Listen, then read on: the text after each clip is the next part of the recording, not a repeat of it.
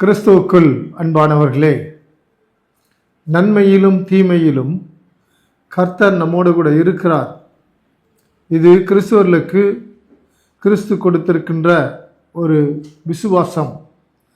இது எந்த மதத்திலும் யாருக்கும் கொடுக்கப்படாத ஒரு விசுவாசம். கிறிஸ்துவர்களுக்கு விசுவாசத்தை கடவுள் கொடுத்திருக்கிறார்.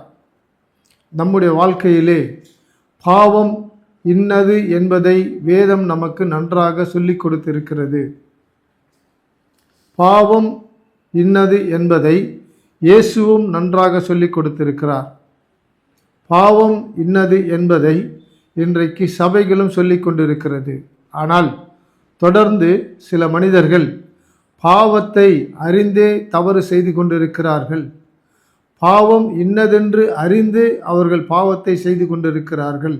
பாவத்தை விட்டு சிலரால் வெளியே வர முடியாமல் பாவம் என்கின்ற கொடூரமான ஒரு ஆவிக்குள்ளாக அடிமைப்பட்டு கிடக்கிறார்கள். இந்த பாவத்தை அவர்கள் இது தவறு, இது கொடியது, இது தீமை, இது எனக்கு வேண்டாம் என்று சொல்லி யாரெல்லாம் உணர்ந்து அதை விட்டுவிடுகிறார்களோ அவர்கள் கர்த்தரிடத்தில், இயேசுவினிடத்தில் இரக்கத்தை பெற்றுக்கொள்வார்கள். கர்த்தரின் ஆவியானவர் இறங்குவார் என்று சொன்னால், மனம் இறங்குவார் என்று சொன்னால், அவருடைய கிருபையை உங்களுக்கு கொடுப்பார் என்று சொன்னால், கண்டிப்பாக நம்முடைய வாழ்க்கையிலே ஒரு பெரிய மாற்றங்கள், அளவிட முடியாத சந்தோஷங்கள், அளவிட முடியாத சமாதானங்கள், அளவிட முடியாத மனமகிழ்ச்சிகள், அளவிட முடியாத தொழிலுடைய லாபங்கள் எல்லாம் பெருகும் என்பதை சொல்லிக்கொள்ள நான் ஆசைப்படுகிறேன்.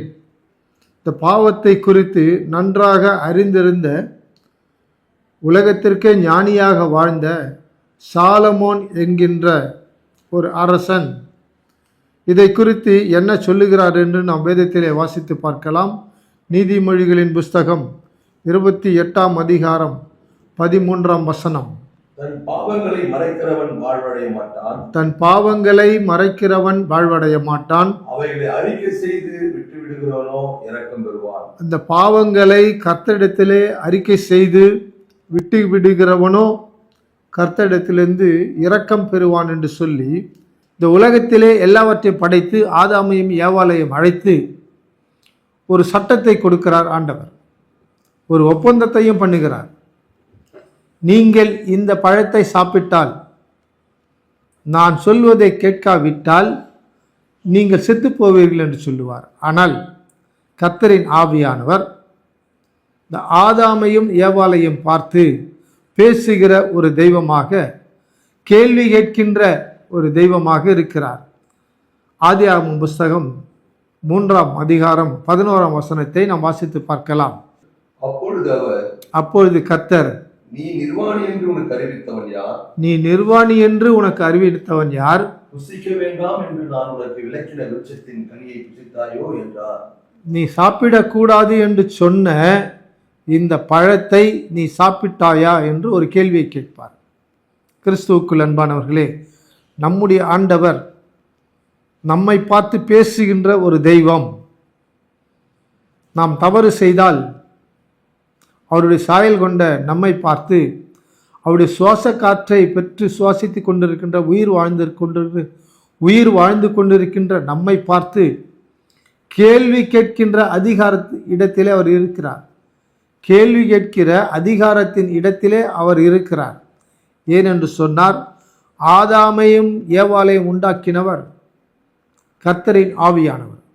அவர் தாயும் தந்தையுமாக இருக்கிறார். தாயும் தகப்பனுமாக இருக்கிறார். தாய்க்கும் தந்தைக்கும் பிள்ளைகள் மீது அதிகாரங்கள் இருக்கிறது. தகப்பன் போட்ட சட்டத்தை பிள்ளைகளுக்கு மீறுவதற்கு அதிகாரங்கள் கிடையாது. அந்த உறவிலே, அந்த அதிகாரத்திலே கர்த்தரின் ஆவியானவர் ஆதாமை பார்த்து ஒரு கேள்வியை கேட்கிறார். நான் சாப்பிடக்கூடாது என்று சொன்ன இந்த கனியை நீ புசித்தாயோ என்ற ஒரு கேள்வியை கேட்பார். இதற்கு ஆதாம் என்ன பதில் சொல்லுகிறார்? 12ஆம் வசனம். அதற்கு ஆதாம் என்னுடனே கூட வாழும்படியாக தேவரீர் அந்த ஸ்திரியானவள் கர்த்தரின் ஆவியானவர் நீர் கொடுத்த ஸ்திரியானவள் விருட்சத்தின் கனியை எனக்கு கொடுத்தாள். நீ சாப்பிடக்கூடாது என்று சொன்ன அந்த கனியை எனக்கு கொடுத்தாள். நான் புசித்தேன் என்றார். நான் புசித்தேன். ஏற்றுக்கொள்கிறான், ஒத்துக்கொள்கிறான். ஆம் ஆண்டவரே, ஆம் கர்த்தரே, நீ சாப்பிடக்கூடாது என்ற அந்த கனியை நான் புசித்தேன். நானாக போய் பறித்து சாப்பிடவில்லை. அங்கே குற்றவாளியாக அவருடைய லைஃப் பார்ட்னரை ஒரு கை காட்டுறார் பாருங்க. அப்போது கர்த்தரின் ஆவியானவர் ஆதாமை பார்க்கிறார். How he is a good character man. How he is an honest man. He is speaking the truth. He is replying me. Good character reply. தான் செய்த தவறை அவன் ஒத்துக்கொள்கிறான். எதற்காக ஒத்துக்கொள்கிறான் என்று சொன்னால், என் தகப்பனை பற்றி எனக்கு நன்றாக தெரியும். எனக்கு தாயும் தந்தையுமாய் இருக்கிற இவரை குறித்து எனக்கு நன்றாக தெரியும். நான் தவறு செய்ததை நான் ஒத்துக்கொண்டால் அவர் என்னை ஏற்றுக்கொள்வார். அவர் என்னை கொல்ல மாட்டார், தண்டனைக்குள்ளாக தள்ள மாட்டார், மரணத்திற்கு என்னை ஒப்பு கொடுக்க மாட்டார். அவர் வேறு எதையாவது செய்வார், செய்யட்டும், நான் ஏற்றுக்கொள்கிறேன். ஆனால் நான் மரணத்திலிருந்து தப்பித்துக் கொள்வதற்கு நான் செய்த தவறை நான் ஒத்துக்கொள்கிறேன். நான் யாரோடு கூட பேசிக்கொண்டிருக்கிறேன் என்பது எனக்கு நன்றாக தெரியும். He was conscious and clever and truthful reply. நம்முடைய வாழ்க்கையிலே தவறு செய்திருந்தால் அதை முதலாவது கர்த்தரிடத்திலே அறிக்கை செய்து அதை நாம் விட்டு விடுவதற்கு தயாராக இருக்க வேண்டும். அப்பொழுது நமக்குள்ளே இருக்கின்ற வியாதிகள், நோய்கள் நம்மை விட்டு விலகும்படி கர்த்தரின் ஆவியானுடைய வல்லமை நம் மீது இறங்கி வரும். கர்த்தருடைய இருதயம் லகுவாகி அவர் நம் மீது இரக்கம் பாராட்டுவார். நம்முடைய போராட்டங்களை நீக்கி போடுவார். நீங்கள் செய்த தவறு என்ன? மனிதன் பார்த்த தவறா, கர்த்தர் பார்த்த தவறா? பூமியிலே நாம் எந்த தவறை செய்கிறோமோ அந்த தவறுகள் எல்லாம் பரலோக ராஜ்யத்திலே கணக்கிலே எடுத்துக்கொள்ளப்படும். உங்களுக்கென்று வைக்கப்பட்டிருக்கின்ற அந்த ஜீவ புஸ்தகத்திலே உங்களுடைய குற்றங்கள், உங்களுடைய அக்கிரமங்கள், உங்களுடைய தீமைகள், உங்களுடைய துன்மார்க்கங்கள், உங்களுடைய களவுகள் எல்லாம் கணக்கிலே வைத்து கொள்ளப்படும். ஆதாமுனுடைய அந்த குணம் இன்றைக்கு இந்த காலை வேளையிலே அநேக ஆண்களுக்குள்ளாக பிறக்க வேண்டும். வாலிபர்களாக இருந்தாலும் வயதானவர்களாக இருந்தாலும் நீங்கள் உங்கள் பாவங்களை அறிந்திருக்கிறீர்கள். உங்களுடைய பாவம் இன்னதென்று உங்களுக்கு நன்றாக தெரியும். உங்களுக்கு தெரியாமல் எந்த ஒரு பாவமும் உங்கள் பாக்கெட்டில் வராது. உங்களுக்கு தெரியாமல் எந்த ஒரு பாவமும் உங்களுடைய இரத்தத்திலே கலக்காது. உங்களுக்கு தெரியாமல் எந்த ஒரு பாவமும் உங்களுடைய ஆவியிலே குடிகொள்ள முடியாது. உங்களுக்கு தெரியாமல் எந்த ஒரு பாவமும் நோயை கொண்டு வராது. உங்களுக்கு தெரியாமல் எந்த ஒரு பாவமும் வியாதியை கொண்டு வராது. உங்களுக்கு வியாதி எதனால் வந்தது? அடிமைத்தனங்கள் எதனால் வந்தது? இன்றைக்கு ஏன் நீங்கள் சிறைச்சாலையிலே கட்டப்பட்டவர்களைப் போல வீட்டிலே உட்கார்ந்து கொண்டு எழுந்திருக்க முடியாமல், வீட்டிலே படுத்துக்கொண்டு படுக்கையிலிருந்து எழுந்திருக்க முடியாமல் மரணாவதை பட்டு கொண்டிருக்கிறோம்? எதினால்? பாவம் இன்னது என்பதை அறிந்தும் நாம் செய்திருக்கிறோம். பாவத்திற்கு கொடுக்கப்படுகின்ற incentive or increment or the settlement is called death. You must understand. இரண்டாவதாக, ஏவாளையும் கர்த்தர் கேள்வி கேட்கின்ற இடத்திலே வைத்து கேள்வி கேட்கிறார். 13ஆம் வசனத்தை நாம் வாசிக்க கேட்கலாம். அப்பொழுது தேவனாகிய கர்த்தர் ஸ்திரீயை நோக்கி நீ இப்படி செய்தது என்ன என்றார். ஸ்திரியானவள் அங்கே முதலாவது ஆதாம் கர்த்தர் கொடுத்த பெண்ணை குறித்து குற்றவாளியாக காட்டினார். இங்கே ஸ்திரியானவள் அங்கே சர்ப்பத்தை கர்த்தர் அனுமதித்தார். ஆனால் ஸ்திரீயானவள் யாரை குற்றவாளியாக காட்டுகிறாள்? சிலர் இப்படிதான் தான் செய்த தவறுக்கு இன்னொருவரை துணையாக அழைத்து கொண்டு வந்து விடுவார்கள். ஆனால் கோர்ட்டிலே அது எடுபடாது, சட்டத்திலே அது செல்லாது. நன்றாக நீங்கள் புரிந்து கொள்ளுங்கள். உலகத்திலே இருக்கிற கோர்ட்டுக்கு சில டிசிப்ளின் இருக்கு, சில லா கண்டிஷன்ஸ் இருக்கு. அதே போலவே பரலோக ராஜ்யத்திலேயும் பிதாவின் ஆவியானவர் சில சட்ட திட்டங்களை, சில சட்ட திட்டத்திற்கான ஒப்பந்தங்களை வைத்திருக்கிறார் கர்த்தரின் ஆவியானவர். ஆனால் தீர்க்க முடியாத ஒரு பெரிய குற்றவாளியாக கர்த்தர் அங்கே நியாயம் கொடுக்கவில்லை, தண்டனை கொடுக்கவில்லை. உடைய ஆயுசு காலங்கள் எவ்வளவு? வேதத்திலே நாம் வாசித்து தெரிந்து கொள்ளலாம். ஆதியாகமம் புஸ்தகம் 5ஆம் அதிகாரம் 5ஆம் வசனம். ஆதாம் உயிரோடு இருந்த நாளெல்லாம் ஆதாம் உயிரோடு இருந்த நாளெல்லாம் 930 வருஷம் அவன் மரித்தான். 930 வருஷம் வரை அவன் வாழ்ந்தான் என்று வேதம் சொல்லுகிறது. உன்னை கொல்ல மாட்டேன் என்று சொன்னவர், நீ மரித்து போவாய் என்று சொன்னவர், நீ செத்து போவாய் என்று பயமுறுத்தினவர் அவனை கொல்லாமல் அவனுடைய தலைமுறையிலிருந்து பிள்ளைகளை பிறக்க செய்கிறார். இந்த பிள்ளைகள் தலைமுறை தலைமுறையாக வந்தவர்தான். ஆதாமை காட்டிலும் அதிகமான நாட்கள் வாழ்ந்தவர் மெத்துசலர் என்கின்ற ஒரு மனிதன். ஆதியாகமம் புஸ்தகம் 5ஆம் அதிகாரம் 27ஆம் வசனம். மெத்துசலாவுடைய நாளெல்லாம் 969 வருஷம் அவன் மரித்தான். மெத்துசலா ஆதாமை விட அதிகமான ஆண்டுகள் வாழ்ந்திருக்கிறார் பாருங்கள். ஆதாமுக்கு 930, இங்கே மெத்துசலாவுக்கு 960 ஆண்டுகள் அவன் உயிரோடு கூட வாழ்ந்தான் என்று வேதம் சொல்லுகிறது. இவர்களுக்கு இடையிலே ஏனோக்கு என்கின்ற ஒரு மனிதன் பிறக்கிறான். ஏனோக்கு என்ற ஒரு மனிதன் பிறக்கிறான். ஆதியாகமம் 5ஆம் அதிகாரம் 24ஆம் வசனம். ஏனோக்கு தேவனோடு சஞ்சரித்துக் கொண்டிருக்கையில் போதும். ஏனோக்கு தேவனோடு கூட சஞ்சரித்து கொண்டிருந்தான். How gifted generation, how gifted person Enoch. அவன் ஏனோக்கு கர்த்தரோடு கூட நெருக்கமாக உறவாடுகின்ற ஒரு கிருபையை அவன் பெற்றுக்கொண்டான். இவன் எந்த தலைமுறையிலிருந்து, எந்த சந்ததியிலிருந்து பிறந்தவன்? ஆதாமின் சந்ததியிலிருந்து பிறந்தவன். நம்முடைய வாழ்க்கையிலே நம்முடைய பாவங்களை நாம் மறைப்போம் என்று சொன்னால் அதனால் தண்டனைகள் வரும். அதனால் உங்களுக்கு கொடுக்க வேண்டிய தண்டனைகளை காட்டிலும் 1000 வருஷத்திற்கு உங்களுடைய பிள்ளைகளை நியாயம் விசாரிப்பேன் என்று கர்த்தர் சொல்லியிருக்கிறார்.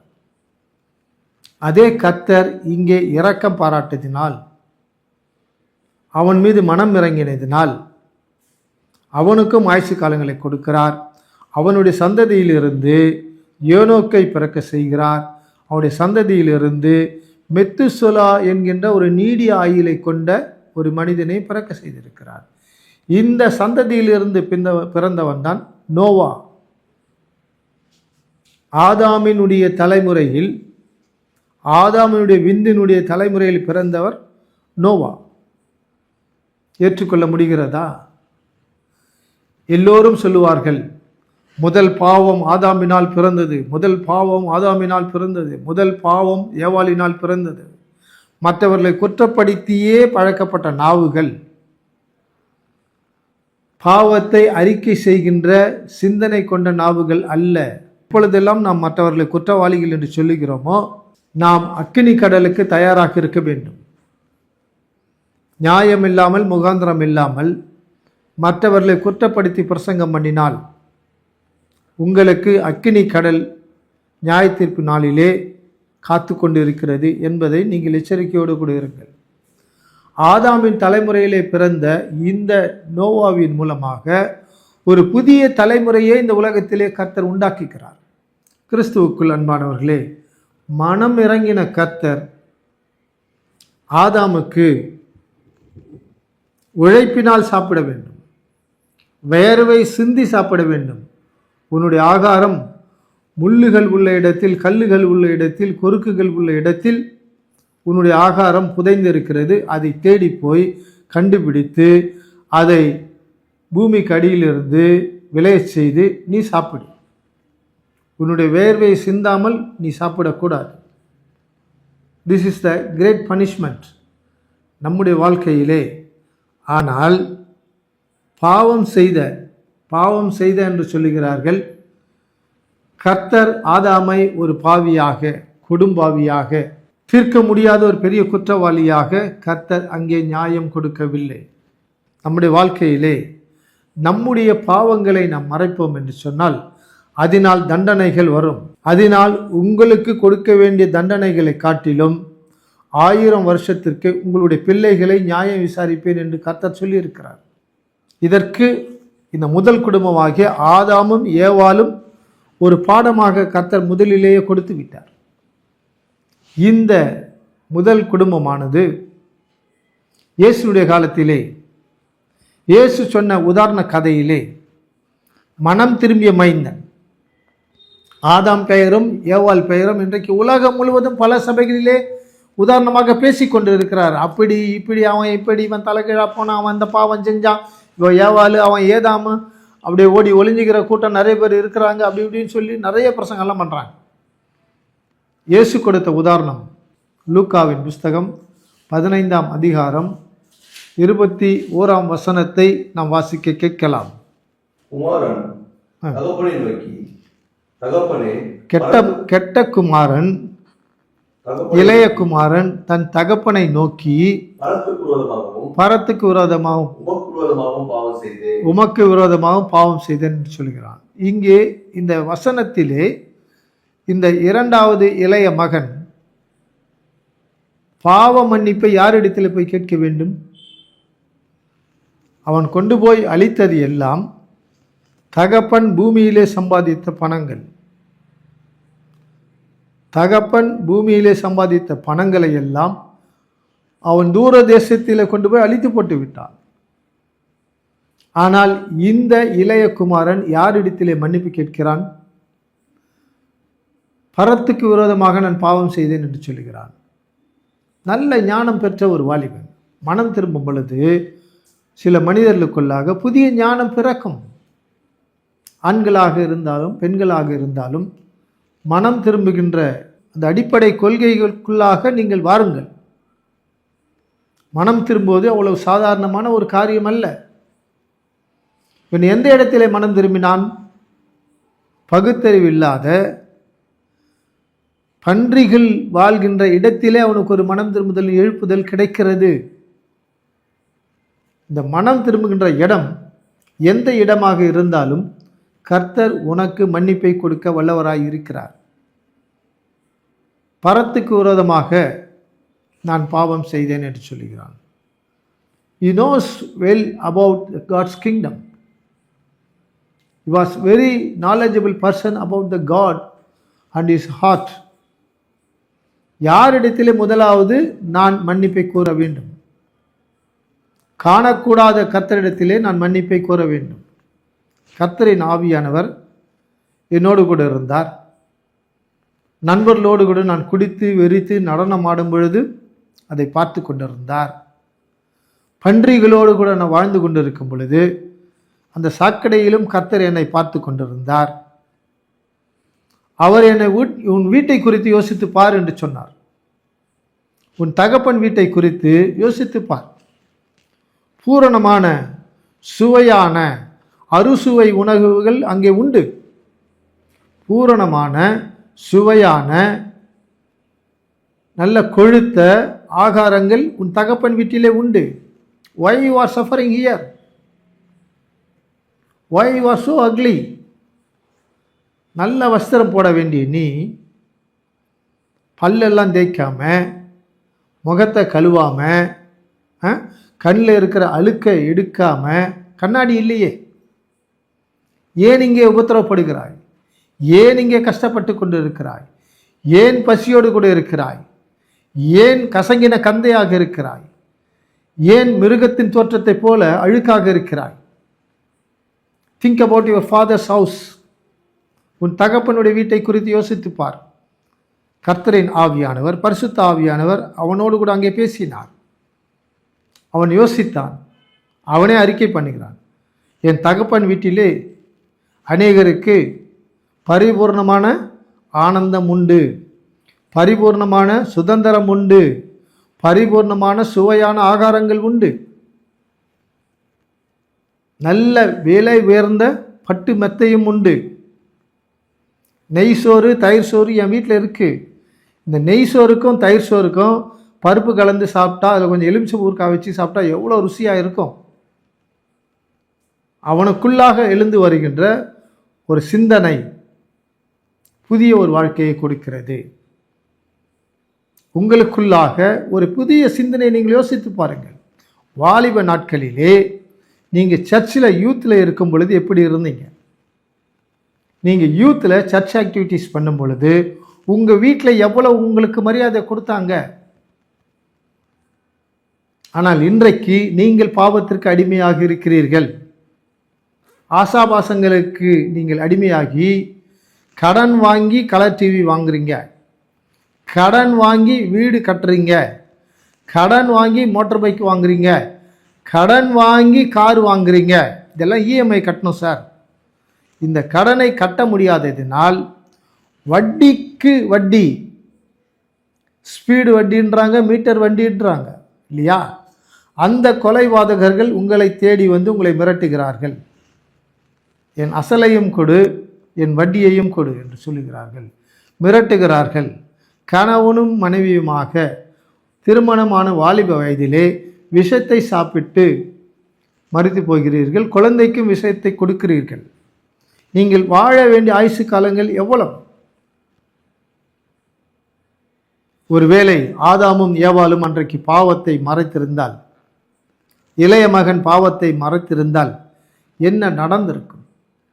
யோசித்து பாருங்கள். மன்னிப்பு கிடையாது. அவர்களாகவே மரித்து போயிருப்பார்கள். ஆதாமினுடைய சந்ததியிலே ஏனோக்கை குறித்து பேச முடியாது. ஆதாமின் சந்ததியிலே பிறந்த நோவாவை குறித்து பேச முடியாது. தலைமுறைகள் ஆசீர்வாதமாக இருக்கிறது. தலைமுறைகள் கர்த்தருடைய ஆசீர்வாதத்திற்குள்ளாக, கர்த்தரின் சந்தோஷத்திற்குள்ளாக, கர்த்தரின் நிறைவுக்குள்ளாக இருக்கிறார்கள். What about you? உன்னை குறித்து நீ யோசித்துப்பார். பெருமைக்காக கடன் வாங்காதே, பெருமைக்காக அலங்கரிக்காதே, தாம்பீகமான வாழ்க்கையை நாடாதே. இளையகுமாரனை யோசித்துப்பார். கர்த்தரின் ஆவியானவர் உங்களை தெரிந்து கொண்டால், உங்கள் மீது மனம் இறங்கினால், இப்படிப்பட்ட சுதந்திரம் உங்களுக்கும் கொடுக்கப்படும். உரிமையின் சுதந்திரம், சந்தோஷத்தின் சுதந்திரம், அதிகாரத்தினுடைய சுதந்திரம் கர்த்தர் கொடுக்க வல்லவராயிருக்கிறார். நம்முடைய வாழ்க்கையிலே பாவம் இன்னதென்று நமக்கு நன்றாக தெரியும். நன்மை தீமை தெரியாத ஒரு கிறிஸ்தவன் இந்த உலகத்தில் இருக்க முடியாது. நன்மை தீமை தெரியாத மற்ற மதத்தில் இருக்கிறவர்களும் வாழ முடியாது. படித்தவர்கள் படிக்காதவர்கள் எல்லோருக்கும் நன்மை தீமை என்னதென்று தெரியும். தெரிந்திருந்தும் பாவம் செய்வோம் என்று சொன்னால் அந்த பாவங்களுக்கும் கண்டிப்பாக கடவுள் தண்டனை கொடுக்க வல்லவராய் இருக்கிறார். நாம் எங்கே இருந்து அறிக்கை பண்ண வேண்டும்? தேவாலயத்திற்கு ஓட வேண்டுமா? நீங்கள் இருக்கிற இடத்திலேயே கொடியவர்கள் தண்டிக்கப்பட வேண்டிய சிலுவையிலே ஒரு மனமாற்றம் எழுப்புதல் வந்தது. அவன் தொங்கிக் கொண்டு கேட்டான், பாவத்தை அறிக்கை பண்ணினான். இன்னொருவன் பன்றிகளோடு கூட, பகுத்தறிவு இல்லாத மிருகத்தோடு கூட இருந்தாலும் அந்த இடத்திலேயே அவன் தீர்மானித்து விட்டான். I should go back to my father's house. நான் என் தகப்பனுடைய வீட்டிற்கு நான் செல்வேன். You was taken the decision. பாவத்தை உணர்கிறவர்கள், பாவத்தை அறிக்கை பண்ணுகிறவர்கள் நல்ல ஒரு முடிவை எடுப்பார்கள். அந்த நல்ல முடிவுக்கு கர்த்தரின் ஆவியானவரும் பரிசுத்த ஆவியானவரும் உங்களுக்கு நல்ல ஒரு செழிப்பான எதிர்காலத்தை, செழிப்பான ஆசீர்வாதங்களை, திடமான சரீரத்தை, திடமான பாதங்களை நோய்கள் வியாதிகள் இல்லாத ஒரு சரீரத்தை கர்த்தர் கண்டிப்பாக கொடுப்பார். வறுமை இல்லாத ஒரு செழிப்பின் காலத்தை கர்த்தர் உண்டாக்குவார். அதை இளையகுமாரன் பெற்றுக்கொண்டான். இந்த ஞானம் உங்களுக்குள்ளாக கடந்து வர வேண்டும். தவறு கண்ட இடத்துல படுத்துட்டு இருக்கோம். ஆக்சுவலா தீமை போற திரும்புற பக்கம்லாம் இருக்கும். நீதி நிறைந்த உலகத்திலே நாம் பிறக்கவில்லை. அக்கிரமம் நிறைந்த ஒரு உலகத்திலே தான் நாம் பிறந்திருக்கிறோம். நம் பாவிகளாய் இருக்கையிலே கர்த்தர் நம்மை தெரிந்து கொண்டார். நீதிமான்களை மாத்திரம் தெரிந்து கொள்வதற்கு இயேசுநாதர் வரவில்லை. பாவிகளை, அக்கிரமக்காரர்களை, துன்மார்க்கர்களை ரட்சிக்கும்படியாக இயேசுநாதர் இந்த உலகத்திலே வந்தார். உணர்ந்தவர்கள் இயேசுவோடு கூட வாழ்ந்தார்கள். உணர்ந்து இந்த உலகத்தை விட்டு கடந்து போனவர்கள் இன்றைக்கும் இயேசுவோடு கூட ஜீவித்துக் கொண்டிருக்கிறார்கள். What about your next life? நம்முடைய இன்னொரு வாழ்க்கைக்காக பூமியிலே நாம் இந்த காலத்திலே இந்த வாழ்க்கையிலே மனம் திரும்புவது மிக மிக அவசியம். மனம் திரும்புவதற்கு ஏற்ற காலங்களை கர்த்தர் உங்களுக்கு கொடுத்து அவருடைய மந்தையிலே உங்களை சேர்த்துக் கொள்வாராக. நீங்கள் மனம் திரும்புங்கள், உங்களுடைய பாவங்களை அறிக்கை செய்யுங்கள், அப்பொழுது மனம் இறங்குவார்.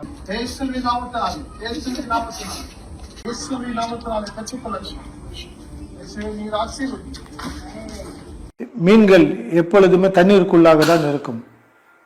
தண்ணீர் இல்லை என்று சொன்னால் அந்த மீன்கள் செத்து போய்விடும். லெப்ரசி என்பவர்கள் வெயில் காலங்களிலே பகல் நேரங்களிலே தண்ணீரை எடுத்து தங்கள் மீது ஊற்றிக்கொள்வார்கள். ஈரமான டவலை கட்டி கொண்டே இருப்பாங்க. எனவே அவர்களுக்கு நான் அரிசி கொடுக்கிறேன். மருந்து, மாத்திரை, பேண்டேஜ், காட்டன் போன்றவற்றை நான் உங்களிடத்திலே ஒரு அன்பின் வேண்டுகோளாக, கிறிஸ்துவின் ஊழியமாக இதை நான் கேட்கிறேன். உங்களால் வந்து அந்த இடத்திற்கு செய்ய முடியாது என்று சொன்னால், அவர்கள் மலை அடிவாரத்திலே வாழ்ந்து கொண்டு இருக்கிறார்கள். மனிதர்களே அவர்களை கொண்டு போய் அங்கே உட்கார வைத்து விட்டார்கள். அவர்களுக்கு தேவையான மருந்து, மாத்திரைகளை, இந்த பேண்டேஜ், பஞ்சுக்களை கொடுத்துக்கிறோம். இவைகளோடு கூட தேவையான அன்றன்று உள்ள அப்பம், அன்றன்று உள்ள ஆகாரம், சில மளிகை பொருட்களையும் நாங்கள் தருகிறோம். எனவே உதவி செய்கின்ற அன்புள்ளம் கொண்டவர்கள் கர்த்தர் உங்களை தெரிந்தெடுத்திருக்கிறார். எதற்கு? ஏழைகளுக்கு, திக்கற்றவர்களுக்கு, அங்கவீனமானவர்களுக்கு, நோய் கொண்டவர்களுக்கு, வியாதியிலே படுத்து இருக்கிறவர்களுக்கு உதவி செய்வதற்காகவே சிலரை கர்த்தர் இந்த உலகத்திலே படைத்திருக்கிறார். அப்படிப்பட்டவர்கள் நீங்கள் முன் வாருங்கள். இந்த தொலைக்காட்சியிலே காட்டப்படுகிற தொலைபேசியிலே நீங்கள் பேசுங்கள். கூகுள் பே, பேங்க் அக்கௌண்ட்ல உங்களுடைய உதவிகளை நீங்கள் கொடுங்கள். அந்த பணத்தின் மூலமாக நாங்கள் அரிசிகளை வாங்கி, மருந்து, மாத்திரைகளை வாங்கி இப்படிப்பட்ட தொழுநோயாளிகளுக்கு நாங்கள் மாதந்தோறும் கொடுப்பதற்காக செபித்து கொண்டு இருக்கிறோம். இப்படிப்பட்ட தொழுநோயாளியுடைய சுகத்திற்காக, உடைய தேவைகளுக்காக, அன்றன்று உள்ள ஆதாரத்திற்காக எல்லோரையும் ஜபிக்கும்படி அன்போடு கூட கேட்டுக்கொள்கிறேன். உதவி செய்கின்ற எல்லோரையும் கர்த்தர் சந்திக்கிறார். ஏழைகளுக்கு கொடுக்கிறவன் கர்த்தருக்கு கடன் கொடுக்கிறார். நாம் எந்த அளவிற்கு கர்த்தருக்கு கொடுக்கிறோமோ அந்த அளவிற்கு கர்த்தர் நமக்கு திருப்பி கொடுப்பார். அதற்கு மேலாகவும் கொடுப்பார். ஏழைகளுக்கு நீங்கள் உதவி செய்துவிட்டு ஜெபித்து பாருங்கள். கர்த்தர் உங்களுடைய ஜெபங்களுக்கு பதில் கொடுப்பார். அப்படிப்பட்ட நன்மைகளை பெற்றுக்கொள்ள உதவி செய்யுங்கள். கர்த்தர் உங்களை ஆசீர்வதிப்பாராக.